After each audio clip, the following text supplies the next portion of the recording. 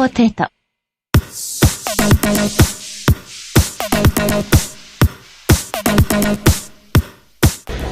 Well, Detroit is the birthplace of electronic music, electronic dance music, whatever you want to call it, techno, whatever. Like in America, we're really like creating a scene and a buzz and a vibe, you know?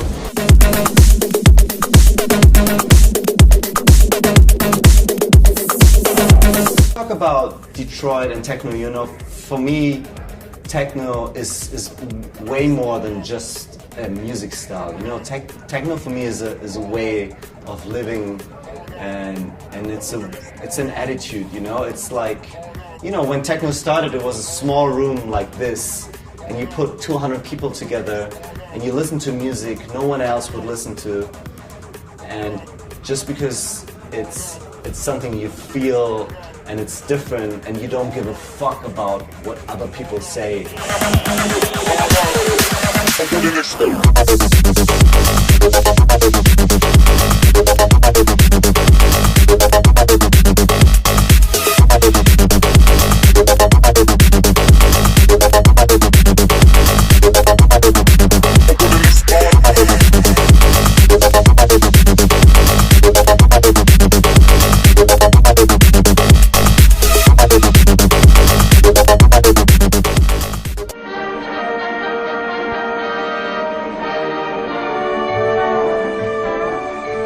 Frequently called the most cosmopolitan city of the Midwest, Detroit today stands at the threshold of a bright new future, one rich with the promise of fulfillment. In this bustling city on the straits, where British and American flags soon followed the French, a spirit of brotherhood was born and nurtured.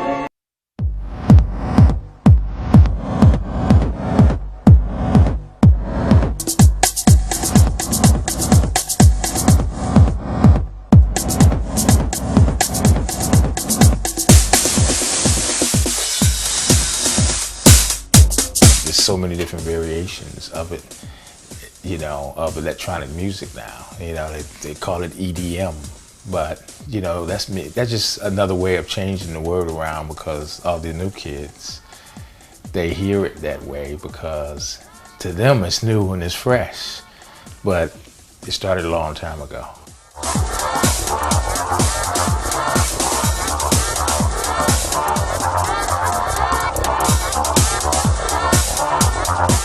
Belleville, it was only a few blacks like me.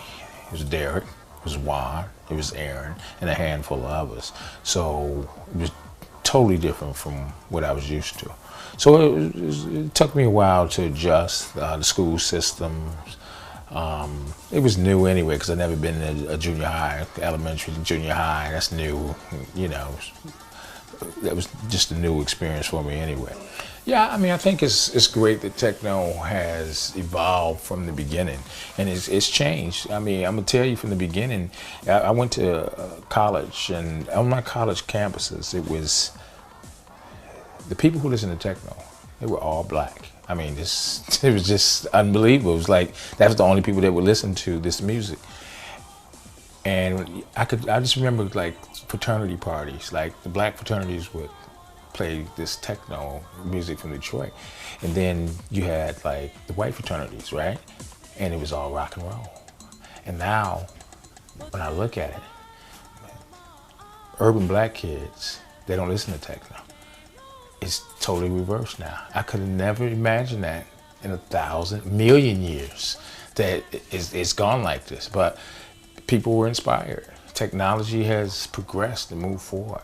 And it's great to see that, I mean, the whole world knows techno, you know, no matter what, they know it. It's played, we play all around the world as DJs, music go out there as producers.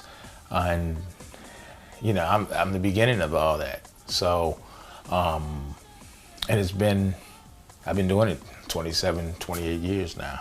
This group of kids that were kind of like following this music as it was having an epoch moment.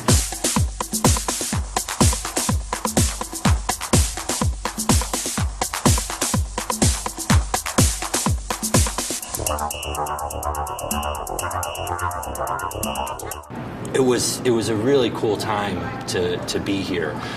You know, the Packard Plan is one of those things that is synonymous with that era.